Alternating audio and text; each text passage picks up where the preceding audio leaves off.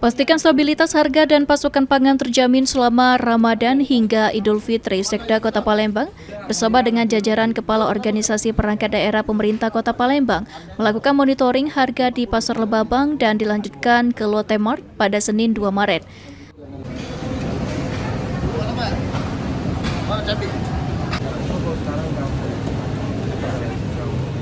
Dalam monitoring yang dilakukan, Sekda Kota Palembang Afrizal Hashim mengatakan, jika harga sembako di Pasar Lebabang maupun di Lotte Mart ini masih dalam kondisi stabil dan daya beli masyarakat mengalami peningkatan.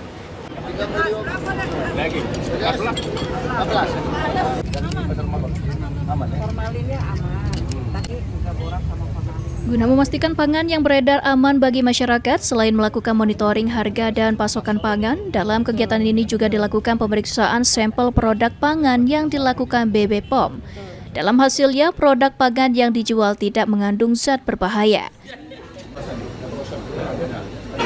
Daging juga.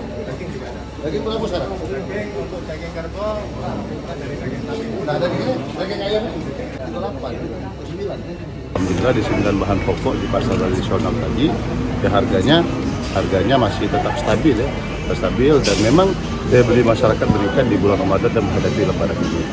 Dan juga kami dalam sidak tadi dan siang ini di Lotte Mart ini kami juga bergandengan tangan dengan BP POM. Alhamdulillah di pasar tradisional tadi ada 16 sampel ya, 16 sampel yang diperiksa BP POM. Alhamdulillah tidak ada ditemukan ya hal-hal yang zat-zat yang membahayakan seperti borak dan sebagainya. Tapi yang pasti jagoan kualitasnya pasti. Ini kerbau ya?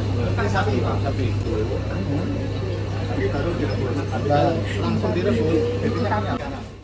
Sekda Kota Palembang menegaskan, berdasarkan data yang dimiliki pemerintah Kota Palembang, stok sembako masih dalam kategori aman menghadapi Ramadan dan Idul Fitri. Seperti stok beras yang dimiliki Bulog ada sebanyak 27.000 ton atau lebih tinggi dari jumlah kebutuhan yang sebanyak 18.000 ton hingga Idul Fitri. Sandi Pratama, PAL TV.